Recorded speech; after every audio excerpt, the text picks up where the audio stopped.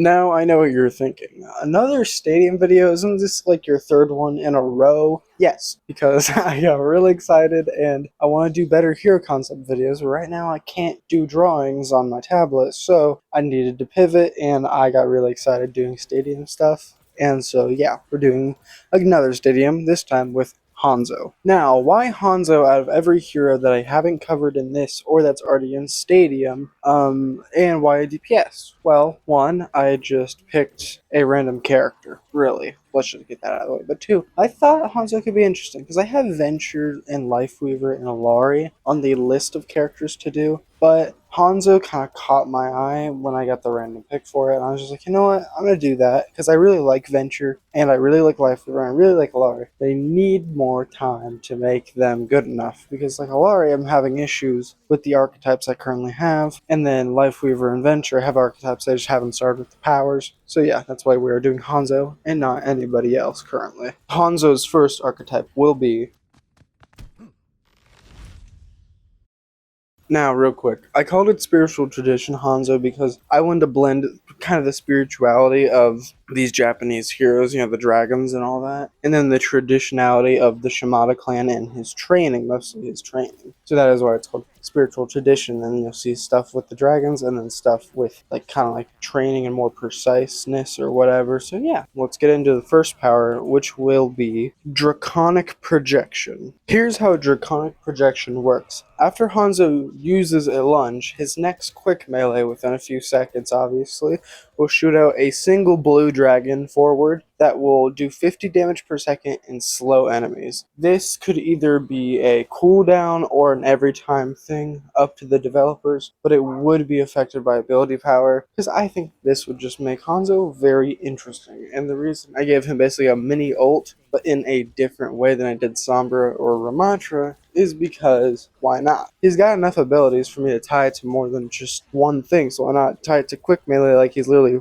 shooting out the dragon from his fist. And when he does this quick melee, maybe instead of doing that open, like that palm strike thing that he does and a couple other heroes, maybe he does like a dragon claw thing or something. I think that would be cool. But yeah, that is my Draconic Projection power for Hanzo. His next spiritual tradition power is called Trained Eye. What this power gives Hanzo is a zoom in function when he presses his secondary fire while having an arrow, fully charged or charging. Then, when he does this, his arrow that he fires will pierce enemies and stop enemy movement. Now, I want to make this clear. It's not like a hack stop enemy movement or like a hinder stop enemy movement. What I mean is, if a Juno is glide boosting, you can stop her burst movement or you can stop her from moving for about a quarter of a second, but she will not stop using the ability. So it's like if you do a Ryan charge, he'll stop moving, but he'll keep going afterwards.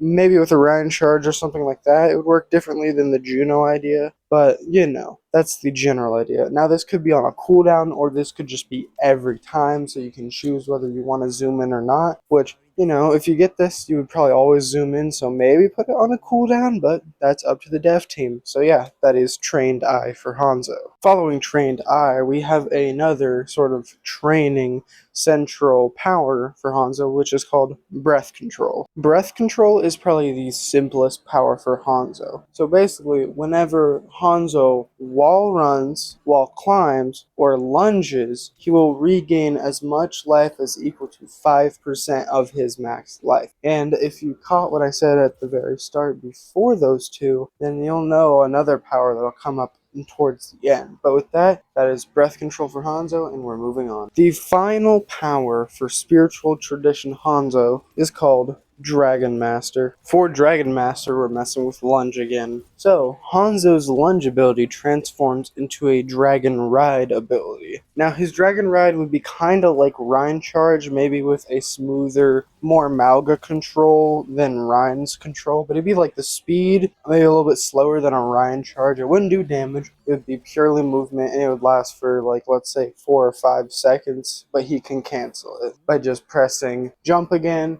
crouch, or using any sort of ability. And yeah, that is Spiritual Tradition Hanzo. The reason I gave him a movement ability upgrade is just because I think there was something else I could do with the dragons that wasn't purely just ult based, and because anything else ult based I would think of at the moment would just be a straight buff that you could just achieve through items. So I was like, this buff feels a little bit more power worthy and all that. So yeah, that is the last one of Spiritual Tradition Hanzo.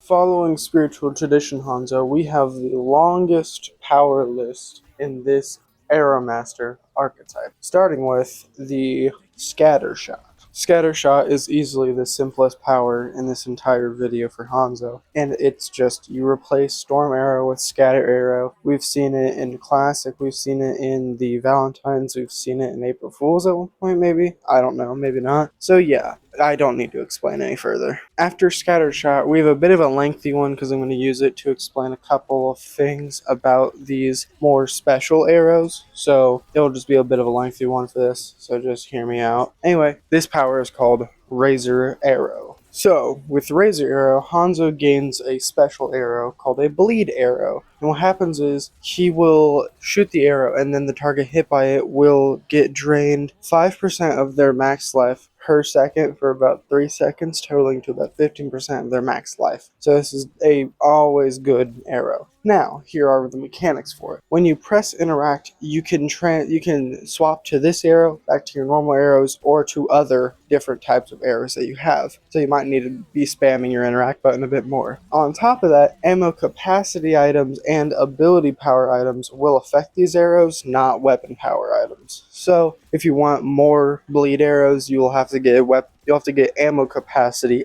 items, so that way he can make use of these items without also having these busted arrows 24/7. And then on top of that, I will explain another mechanic in a different power that also relates to these, but it's more about that. So yeah, that is Razor Arrow. Following Razor Arrow, we have Tri-Shot. With Tri-Shot, Hanzo now shoots 3 arrows, with the additional 2 arrows shooting 45 degrees to the left and to the right of his main arrow, and they will do 60% reduced damage. Now, here's what I was talking about when I was talking about the ammo capacity items. Your 2 arrows on the side will remain as normal arrows for your special arrows, even if they are equipped, until you have 3 or more special arrows, upon which they will all 3 transform into that. But then if you only have 4, you can do 1 Tri-Shot of special arrows, and then only 1, the main arrow, being special after that. So that way you can't just have, let's say, the Razor Arrow equipped, burst down, boom, boom, boom, all 3, even though you only have 1. That would just be too broken. So I'm at least adding something to where you have to get 1 or 2 ammo capacity items to do something like that. Following up Tri-Shot, we have Noxious Arrows. Noxious Arrow is another special arrow of Hanzo's that when shot, it will explode into an 8-meter cloud of green, toxins that will do 30 damage per second, and then enemies will continue to take the noxious damage for 2 seconds after leaving the cloud. Now, this is why we had this and the next one is really why we had the stipulation on the Tri-Shot, because otherwise you'd be able to cover so much ground and do so much damage. Well, it's not crazy damage, it's a lot of consistent damage. So that's why for these special arrows I needed to make certain requirements for the Tri-Shot. Our final Arrow Master power is pretty simple. It's called the Bomb Arrow. For Bomb Arrow, Hanzo gains an explosive arrow that when directly hitting an enemy will explode for 80 damage, and then otherwise will do 20 damage in a 1 to 2 meter radius. That's up for the development and balance team, but yeah, that is the final power for Arrow Master Hanzo, and we just have one more archetype to go.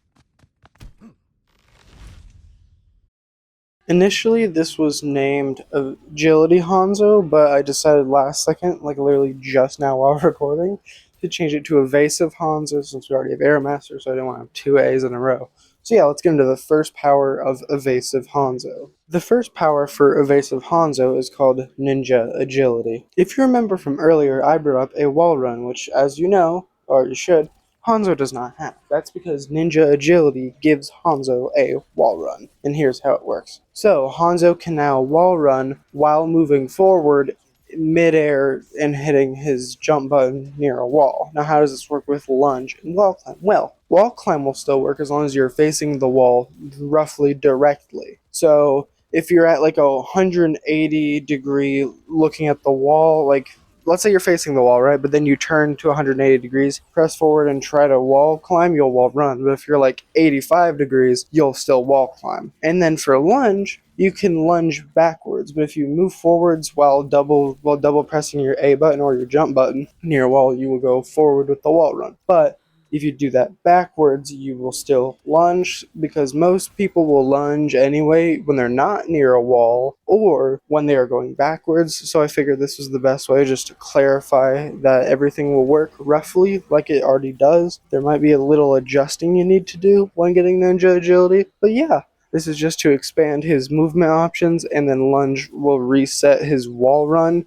Because I just thought that'd be cool, jumping from one wall to another and running. That's cool. So yeah, oh yeah, and you can shoot during the wall run because that's just cool as fuck. So yeah, that is ninja agility. The second power for Evasive Hanzo is called Impact Smoke. For Impact Smoke, Hanzo will use his quick melee and quickly crush a smoke pellet that'll like explode a smoke bomb at his feet, and then he will be launched back, and the smoke is like a 10-meter grayish smoke cloud, and he moves 10% faster while in the cloud, and when him and his allies are in the cloud, they can see outside the cloud. Just that way, it only affects enemies' visibility, not him or his allies, and he gets a slight movement buff, so it's like he places it in a fairly high traffic choke, then he can just boom, boom, boom, in and out, in and out, in and out. But yeah, that is Impact Smoke. After Impact Smoke, we have Confidence Boost. Now, Confidence Boost is probably the simplest power of this entire video, of my entire series.